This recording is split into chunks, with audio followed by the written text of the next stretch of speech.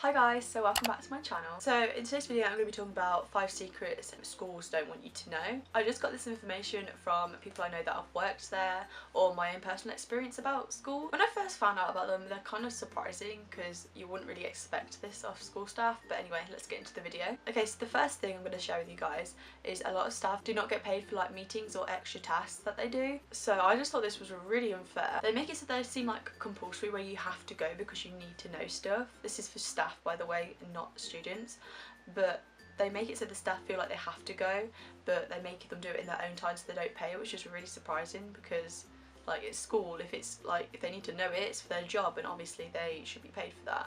You'll often have your break cut short as well as having to do a meeting that you're not paid for. Okay, so the second thing is that they often make the staff take on tasks that they're not qualified enough to do. Like for example, you can just be like a tech and they'll make you do things that like is not on your job description, which is really stupid. They just give you pressure basically to do things you're not qualified to do. The things that they usually make you do, you should be paid a lot higher for, which is really sneaky. Okay, so number 3 is that with the staff, they're usually really competitive, and in larger schools or organisations, they have like a section, they're really competitive, or they're really competitive with other subjects. And I'm not just talking about who can be better with the kids sort of thing. I'm talking about who can get like a promotion or things like that.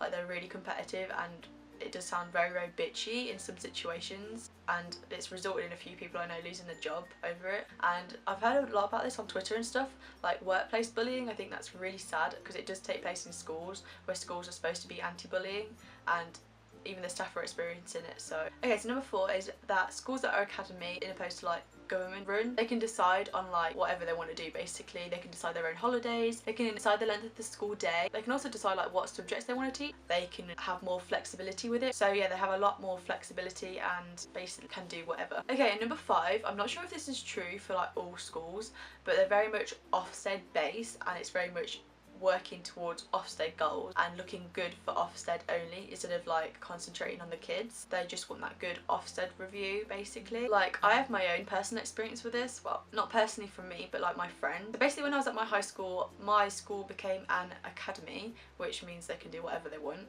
And I don't know if this is also for like normal schools, but my school made my friend drop her GCSE 3 weeks before she was like meant to sit the exam, and that is disgusting because they're basically just doing that to show like they've got good results only, and that is completely disguising the fact that some students have failed exams and they're just not allowed to sit them because they're predicted to get too low of a grade.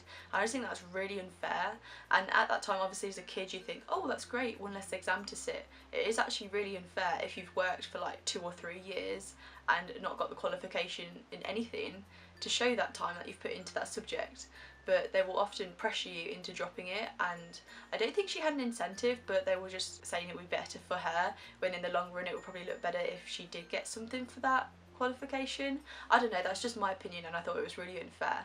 So that is the 5 things that I wanted to share with you guys that schools don't want you to know. So I hope you learned something and I hope you enjoyed. If you did, don't forget to like and subscribe, and I'll see you guys in the next video. Bye guys.